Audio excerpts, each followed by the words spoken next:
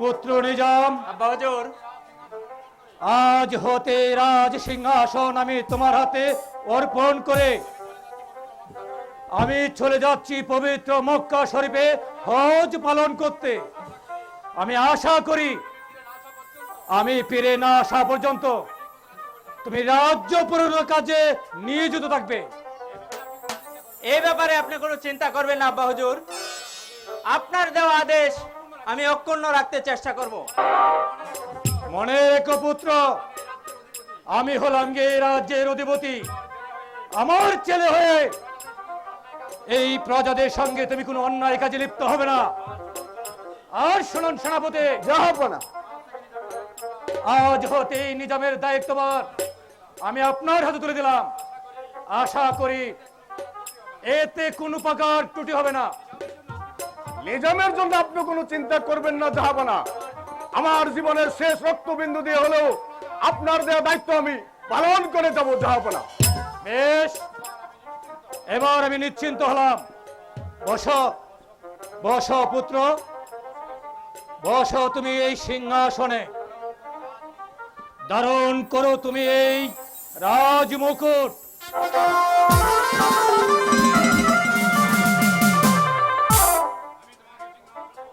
আমি তোমাকে সিংহাসনে বসিয়ে হাসি মুখে চলে যাব পবিত্র মক্কা শরীফে হজ পালন করতে। আপনি আমাকে আশীর্বাদ করবেন আব্বা হুজুর, আমি যেন ঠিক মতো রাজ্য পরিচালনা করতে পারি। আমি তোমাকে আশীর্বাদ করছি পুত্র, তুমি দীর্ঘজীবী হও। এবার চলো পুত্র, চলুন সেনাপতি, তাই চলুন জাহাপনা। আমরা এখন অনন্তপুরে ভ্রমণ করি। তাই চলেন আব্বা হুজুর।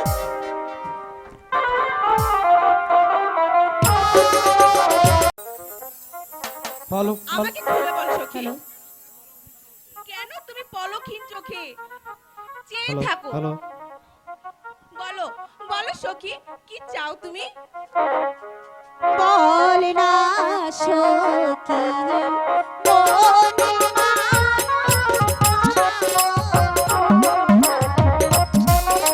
মনে এই বল না পাবে সখী, পাবে।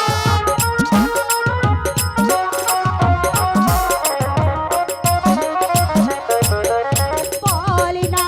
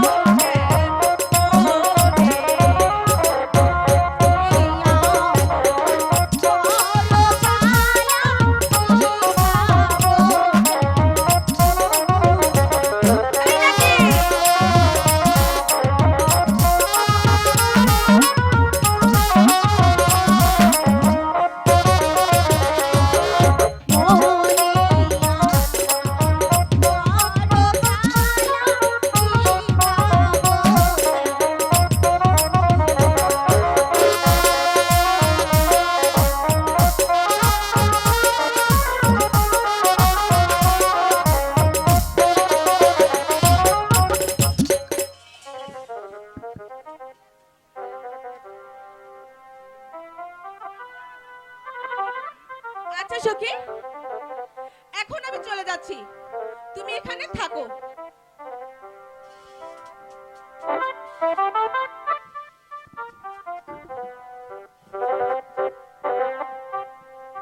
কে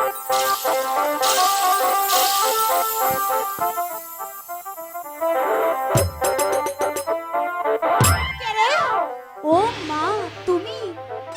আমি তো ভেবেছিলাম তুমি আর কখনো আসবে না, তোমার সঙ্গে আমার আর দেখা হবে না। কি যে বলো মুক্তা, তোমার সাথে আমার দেখা নিশ্চয়ই হবে। তোমার এই কমল হাতের মালা না পরে কি আমি থাকতে পারি? বাজে কথা রেখে আগে তুমি আমার মালা গ্রহণ করো। কি দেব?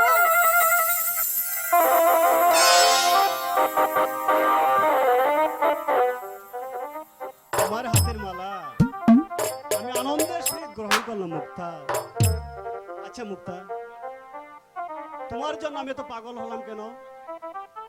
যখনই তোমার গান শুনতে পাই তখনই আমি ঘরে থাকতে পারি না। তোমার গানে আমাকে একবারে পাগল করে তুলেছে। আচ্ছা মুক্তা, তুমি আমাকে আর একটি গান শোনাবে প্রিয়ে? তাই নাকি? আমি তো তোমার জন্য আমার যা আছে সবকিছু উজাড় করে দিতে পারি। তাই নাকি? হ্যাঁ, তোমাকে ছাড়া যে আমি কখনো বাঁচবো না বন্ধু। আশায় আশায়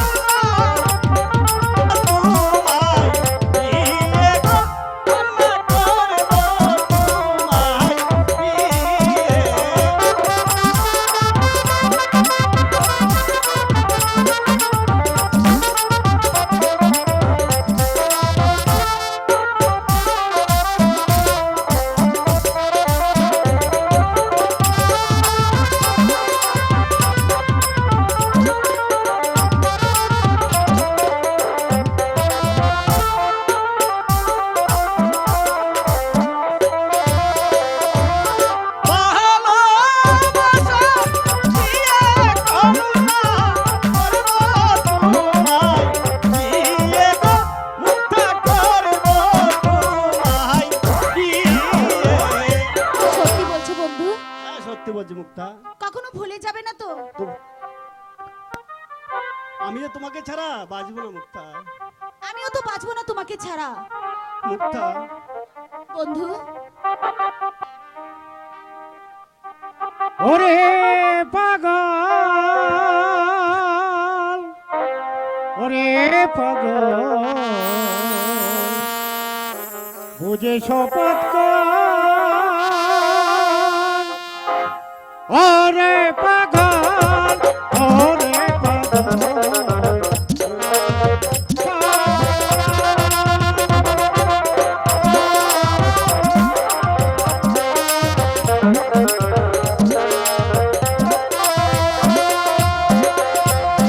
ওরে পাগল, ওরে পাগল,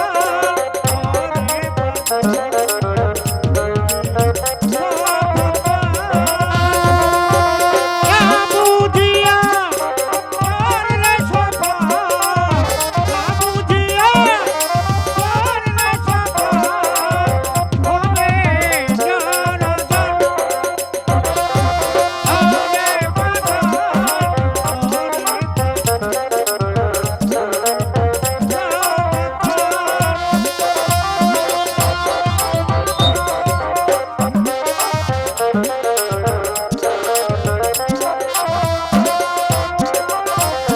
তোরের কথাই রাম সনাতন, তোরের কথাই রাম সনাতন, সীতাকে দিল নির্বাসন।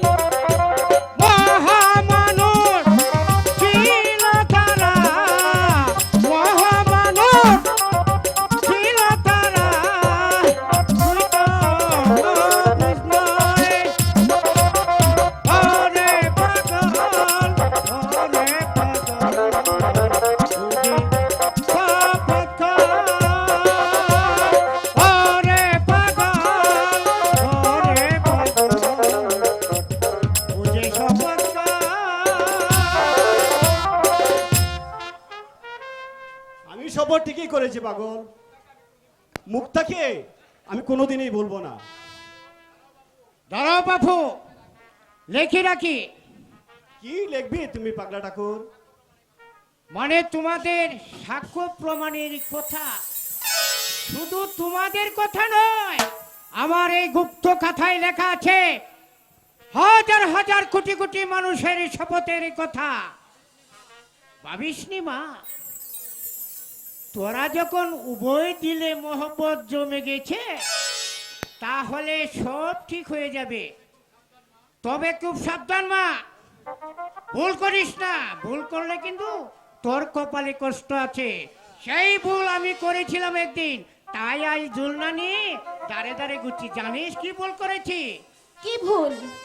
পিড়িতে কাঁঠালের আঠা, পিড়িতে কাঁঠালের আঠা, সেই আঠা লাগলে একবার ছোটে না, ছোটে না, ভুলে মানে পিড়িত করো না।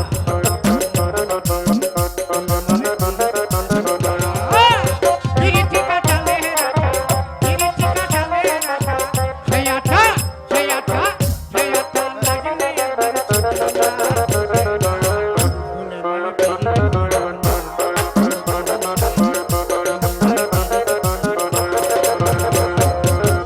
পিড়িতে কাঁঠালের আঠা গো, পিড়িতে কাঁঠালের আঠা, সেই আঠা লাগলে একবার ছোটে না, ছোটে না, ভুলে মানে পিড়িত করো না। পাগল ঠাকুর কি যেন বলে গেল বন্ধু, আমার যে ভয় হচ্ছে। কোনো ভয় নেই, কোনো ভয় নেই গো। আরে আজাদ, হঠাৎ করে তুই এখানে কেন এসেছিস ভাই?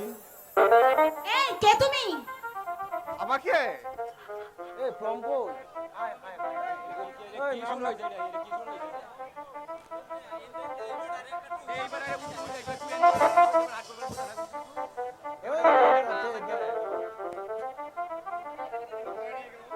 কোনো ভয় নেই গো, কোনো ভয় নেই।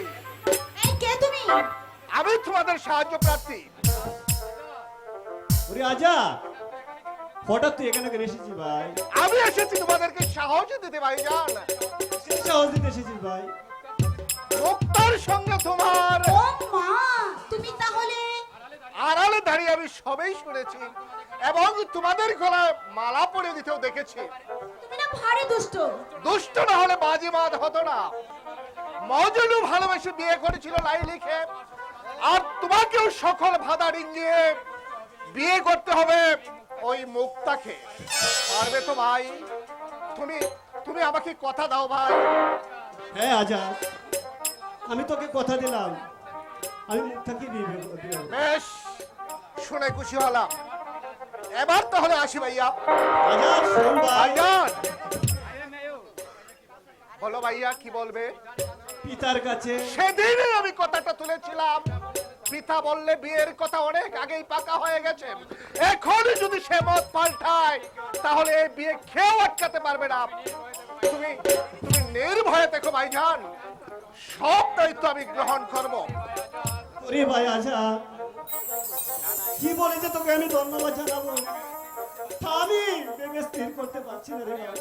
ওরে আজাদ, এই পৃথিবীতে অনেক মানুষের ভাই আছে, কিন্তু তোর মতো একটি মহৎ ভাই আমি কোথাও দেখিনি। ওরে আজাদ, ছোটবেলায় যদি তোর গায়ে একটা কাঁঠার আঁচড় লাগতো, আমি চোখের পানিতে বুক ভাসিয়ে দিতাম। আমি সব কিছু সইতে পারবো রে ভাই, কিন্তু তোর এই মহত্বের কথা আমি কোনোদিন বলবো না রে ভাই। ওরে আজাদ, ভাইজান, আজ থেকে তোর স্থান অন্য কোথাও নয়, আজ হতে তোর স্থান আমার এই বুকের মাঝে। আয় ভাই, ভাইজান, আয় ভাইজান।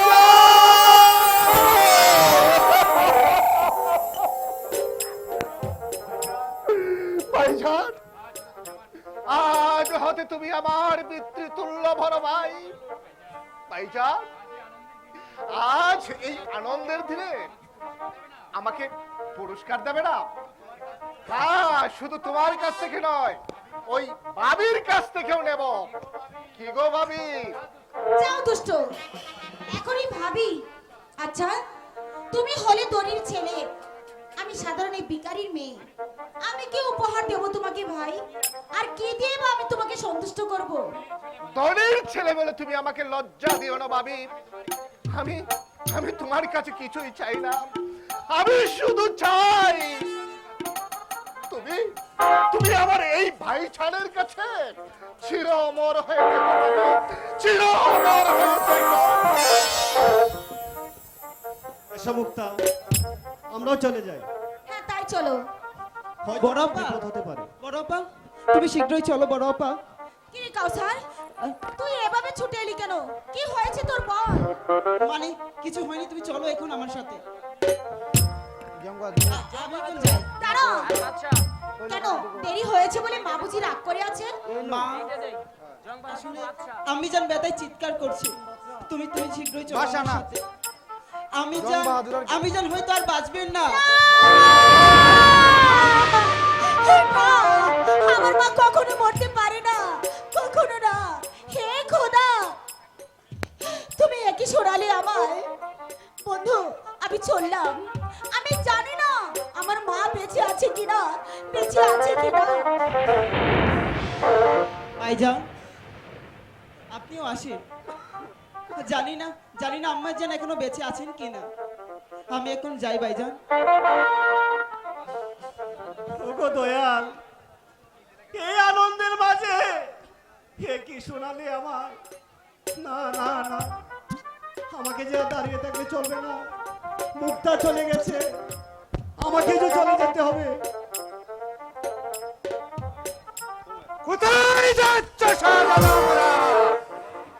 তোমার সামনে বান্দা হাজির। তুমি এখানে কেন এসেছো জং বাহাদুর? তোমাকে প্রাসাদে নিয়ে যেতে। কেন, আমার অপরাধ? তুমি প্রেম পাগল হয়েছ বলে।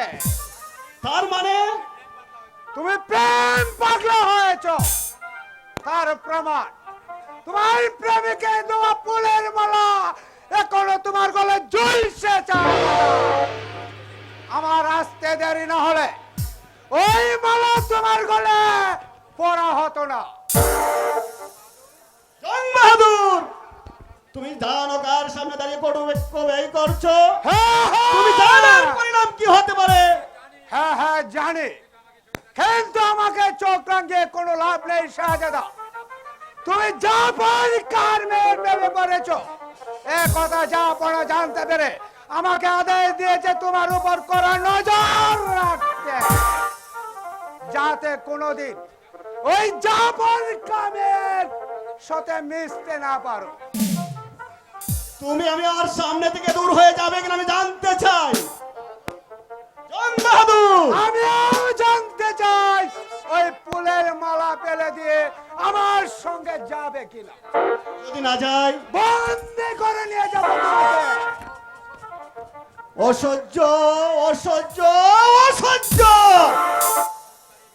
মুক্তার এই বিপদের দিনে তার বাবা বাড়ি নেই, পাড়ার লোকজন হয়তো কেউ আসবে না। এই সময় যদি আমি না যাই তাহলে কে তাদের এই বিপদ থেকে রক্ষা করবে?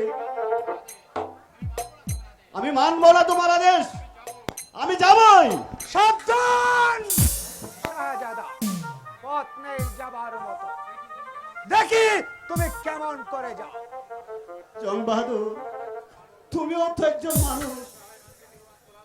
এই অসহায় মানুষের করুণার্থনা শুনে কি তোমার প্রাণ কাঁদে না? না। তোমার প্রাণকে একটু মায়া নেই? না, না, না, আমার নাম জং বাহাদুর। গোলাম খা, তুমি এসেছো? হ্যাঁ হ্যাঁ শাহজাদা, আমি আপনাকে নিয়ে যেতে এসেছি। মুক্তার মা মারা গেছে, মুক্তার বাবাও বাড়ি নেই, পাড়ার লোকজন কেউ আসেনি। আপনি আসুন, নইলে যে মুক্তাও মারা যাবে। গোলাম খা, আমার যাবার পর যে জং বাহাদুর বন্দি করে রেখেছে।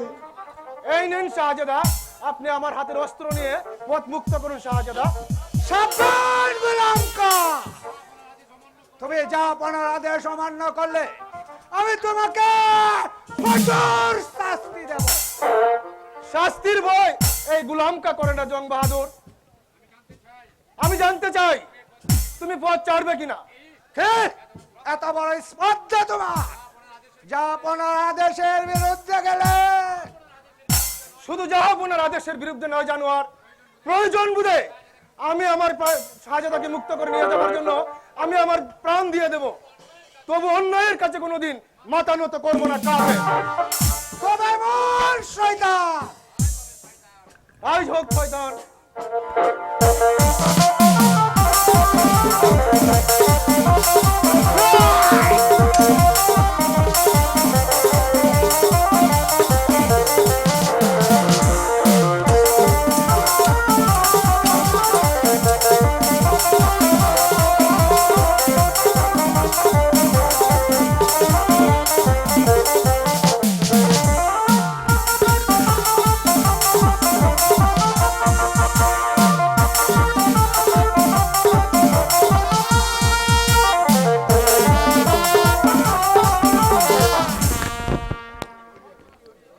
আবার জোড়া সরিয়ে দিয়েছি শাহজাদা, এবার চলুন আমার সঙ্গে।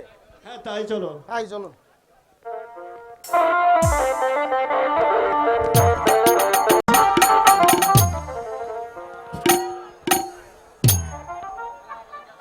সেনাপতি কেশব খা, জাহাপনা, আমায় কেন স্মরণ করেছেন?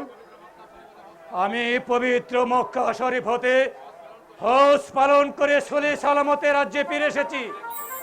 এখন আমি বড়ই ক্লান্ত, তাই এখন আমার একটু বিশ্রামের প্রয়োজন। আর শুনুন সেনাপতি, জাহাপনা, তুমি এই বছরে রাজকর এই প্রজাদের কাছ থেকে আদায় করে আনবে। তা পাকারে কোনো একটি প্রজার যেন কোনো অসুবিধা না ঘটে। যদি কোনো অমঙ্গল হয় তাহলে আপনার দেওয়া আদেশ আমি অক্ষুণ্ণ রাখতে চেষ্টা করব জাহাপনা। বলুন জাহাপনা, আমি কোন দিন রওনা হব সেই প্রজাদের উদ্দেশ্যে রাজকর আদায় করতে? তুমি আজই চলে যাও সেই প্রজাদের উদ্দেশ্যে রাজকর আদায় করতে। হ্যাঁ আমি তাই যাব জাহাপনা। এখন চলুন, আমরা এখন অন্তপুরে গমন করি।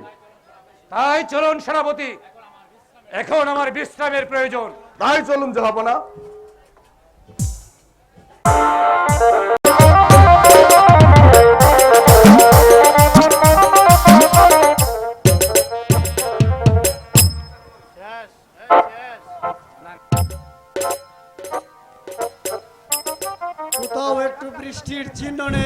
এভাবে যদি বৃষ্টি না হয় তাহলে আমরা কি করে গড়ে ফসল তুলবো, ছেলে মেয়ে নিয়ে কি খেয়ে বাঁচবো?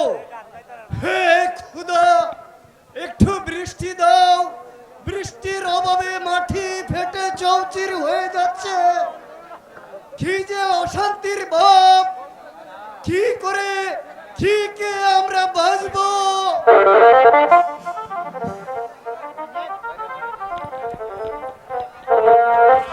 যেখানে যাই সেখানে শুধু অশান্তি আর অশান্তি। প্রজারা রাজ করে দিচ্ছে না, যা পারে গিয়ে আমি কিন্তু জবাব দিব। এই মোটা ভাণ্ড, এই চাষার বাচ্চা, এ বছরের রাজ করতে। হুজুর, আমি এবছর রাজকোট দিতে পারবো না হুজুর। কেন পারবে না চাষার বাচ্চা? হুজুর, এবছর খরায় এক মুঠো ধান ঘরে তুলতে পারিনি। খরায় মাটি ফেটে চৌচির হয়ে যাচ্ছে। ঘরে এক মুঠো ধান নেই, কি বিক্রি করে আমরা রাজকোট দেব? তবে রে চাষার বাচ্চা, রাজ কর না দিলে আমি তোর পিঠের চামড়া তুলে দেব। বল বল, রাজ কর দিবি কিনা? আপনি শুধু শুধু আমাকে গালাগালি করছেন। আমরা গরিব বলে আমাদের উপর অত্যাচার করছেন। যদি আমাদের উপর অত্যাচার বন্ধ না করেন তাহলে আমরা আল্লাহর কাছে আপনাদের জন্য অভিশাপ করব। অভিশাপ!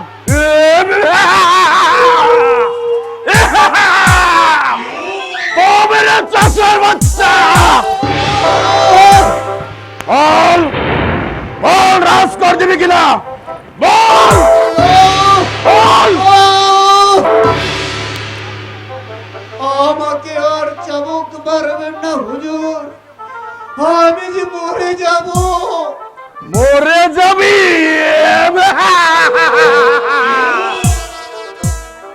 তবে তবে মর শয়তান, বল বল, রাজ কর দিবি কিনা? বল বল। হুজুর, আমি আর সইতে পারছি না হুজুর। আপনি আমাকে চাবুক না মারি আমাকে হত্যা করুন। আপনার আপনার দুটো পায়ে ধরে বলছি হুজুর, চাবুক মারবেন না। মারা তো কেবল শুরু। বল বল, রাজ কর দিবি কিনা? বল রাজ। নইলে সেই চাবুক কেড়ে নিয়ে পাল্টা আপনার পিঠে আমি বসিয়ে দেব। তবে রে হারাম জাদে, পারলাম না স্বামী, তোমাকে শত্রুর হাত থেকে আমি রক্ষা করতে পারলাম না।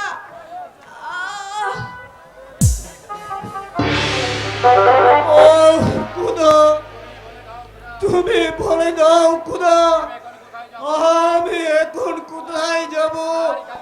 কার কাছে গিয়ে থাকবো? কত কষ্ট করেছে। না না, আমি আর এখানে থাকবো না। আমি এখনই চলে যাব, আমি এখনই চলে যাব।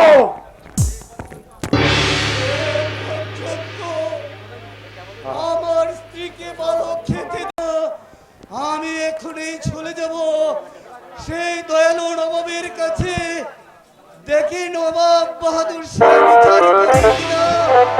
ও খুদা, তুমি সেই শয়তানদের উপযুক্ত বিচার করো, বিচার করো, বিচার করো।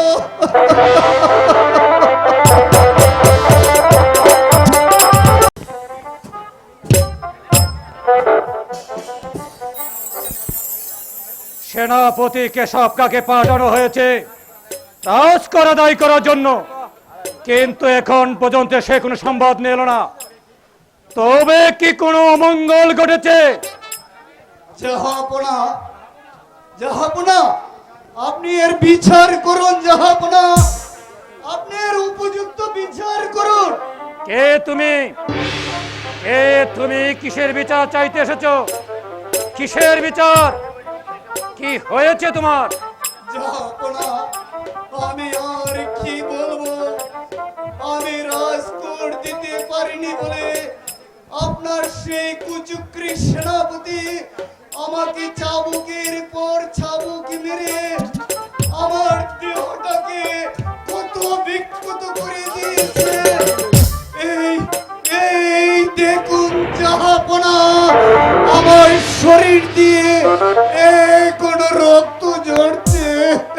কে? এত বড় দুঃসাহস এই সেনাপতির!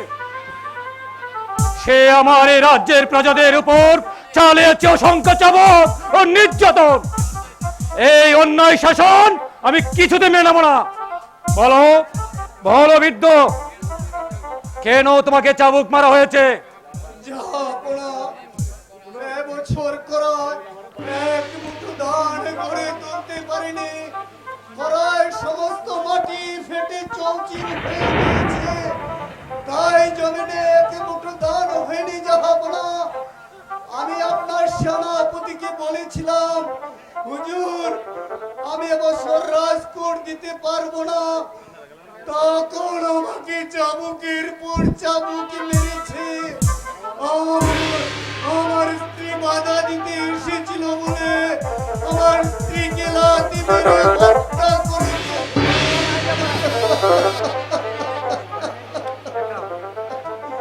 আপনি আপনি এর বিচার করুন জাহাপনা, আপনি এর উপযুক্ত বিচার করুন। হ্যাঁ হ্যাঁ হ্যাঁ, আমি এর উপযুক্ত বিচার করব। আমি সেই শয়তানকে নিজ হাতে হত্যা করব।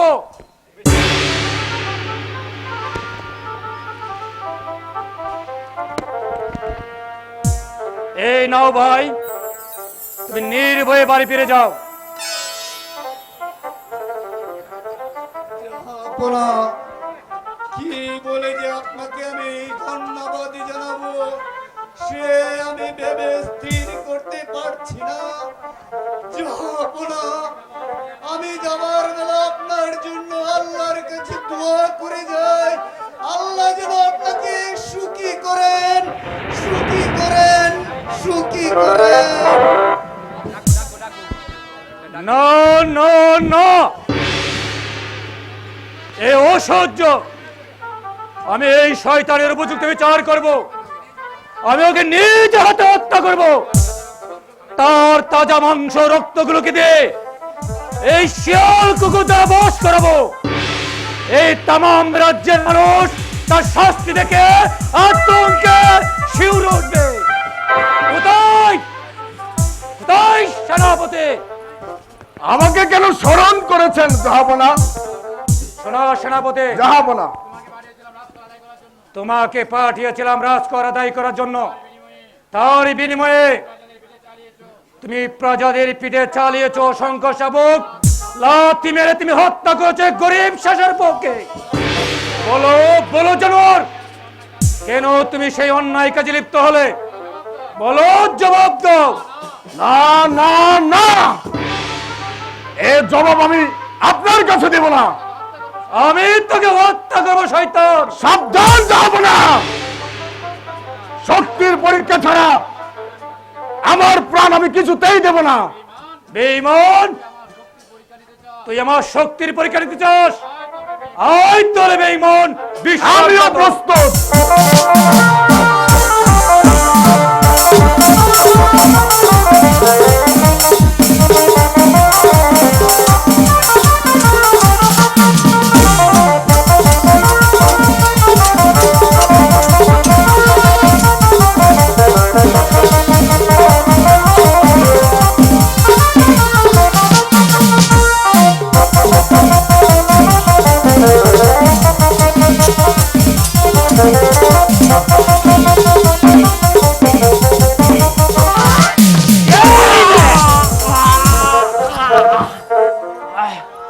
বড় জ্বালা জাহাপনা, অন্যায় কাজের সাজা আমি ঠিকই পেয়েছি।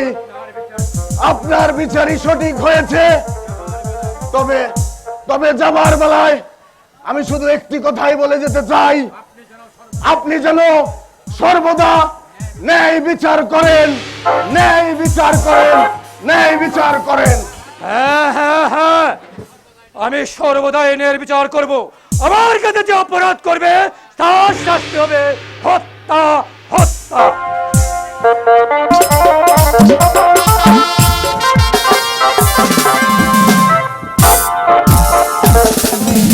না না না, এ আমি কিছুতেই বরদাস্ত করব না। কি হলো জাহাপনা? আপনি এত ব্যস্ততা কেন? আজাদ মুরাদ তারা কোথায়? কাল রাত ওরা মুক্তার মার দাফন করতে গিয়েছিল, তাই একটু আগেই ঘরে ফিরেছে। মুক্তার মার দাফন করতে আমার ছেলেরা যাবে কেন? ওরা না গেলে যে মুক্তার মা ঘরেই পড়ে থাকতো। মুক্তার বাবা বাড়ি নেই, পাড়ার লোকজন কেউ আসেনি, তাই আমি নিজে ওদেরকে পাঠিয়েছিলাম। আমার অনুমতি নিয়েছিলে বেগম? না, মৃত্যু দাফন করতে যাবে তাতে কোনো অনুমতির প্রয়োজন হয়নি, আমি অনুমতি নেইনি। তুমি জানো বেগম, এই জাফর শয়তানের মেয়ের সাথে মুরাদ অবৈধ মেলামেশা করছে, তাই আমি জং বাহাদুরকে কড়া নজর রাখতে বলেছি, যাতে ওরা মিশতে না পারে। কেন মিশলে ক্ষতিটা কি? যা জানো না তা নিয়ে কথা বলো না। মুরাদ ওই শয়তানি মুক্তার প্রাণে ভরেছে। এই তো হয়েছে, এবার তুমি সবাইকে ডেকে বিয়েটা দিয়ে দাও। না, সে একটা সাধারণ ভিখারির মেয়ে। আমার ছেলের সাথে বিয়ে দিতে হলে 50,000 টাকার প্রয়োজন। সে দিতে পারবে আমাকে 50,000 টাকা? ওগো, সে একজন দিন ভিখারি মানুষ, সে তোমাকে এত টাকা দেব কোত্থেকে? তাহলে আমার ছেলের সঙ্গে এই জাফরের মেয়ের সঙ্গে কোনোদিন বিয়ে হবে না। সে কি, তুমি না তোমার বন্ধুর সঙ্গে ওয়াদা দিয়েছিলে? তুমি কথা দিয়েছো মুক্তাকে মুরাদের ভোগ করে তুমি ঘরে তুলে